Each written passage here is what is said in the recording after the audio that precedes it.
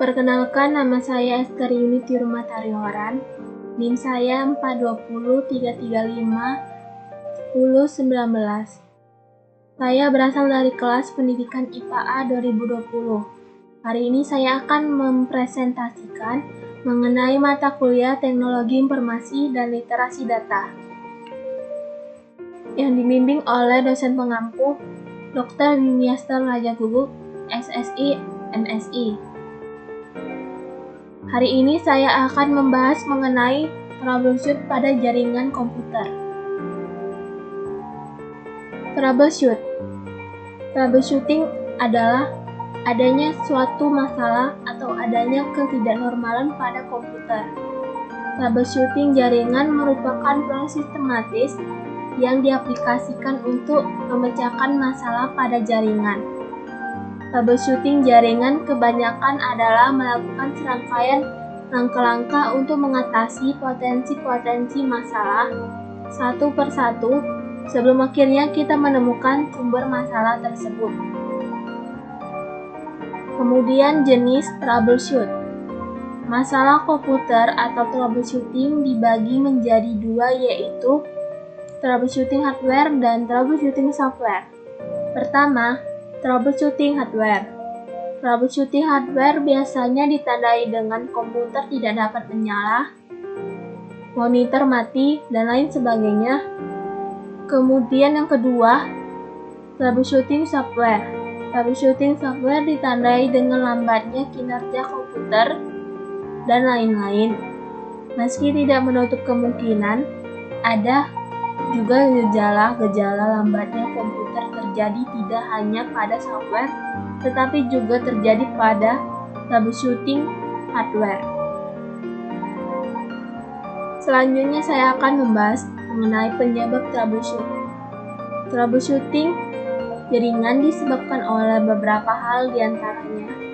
Pertama, kerusakan pada level fisik atau perangkat jaringan, seperti switch, Ethernet card, dan kabel jaringan. Yang kedua, setting dan konfigurasi jaringan tidak benar. Contohnya, crimping kabel salah, setting IP salah, dan lain-lain. Yang ketiga, virus jaringan. Selanjutnya, cara mengatasi troubleshooting. Cara mengatasi troubleshooting hardware pada PC komputer sebagai berikut. Pertama, periksa aliran listrik ke komputer, seperti kabel power dan power supply diperiksa kembali sudah terpasang dengan baik dan benar dan tidak ada masalah.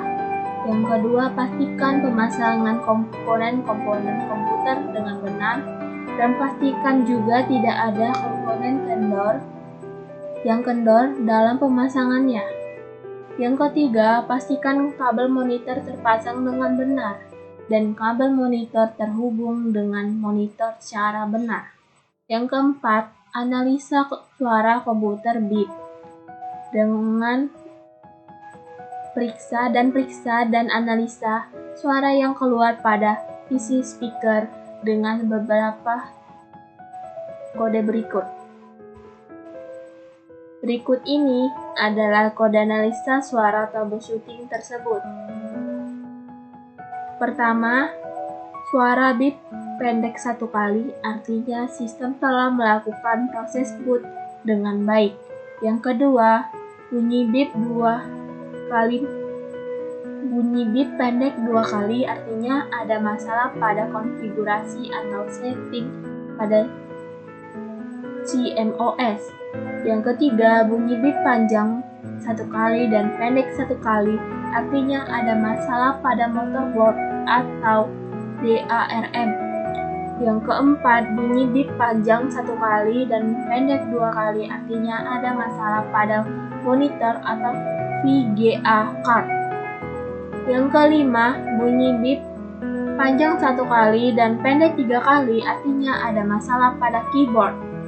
Yang keenam, bunyi bit panjang satu kali dan pendek 9 kali, artinya ada masalah pada ROM BIOS. Yang ketujuh, bunyi bip panjang terus-menerus artinya ada masalah di DERM.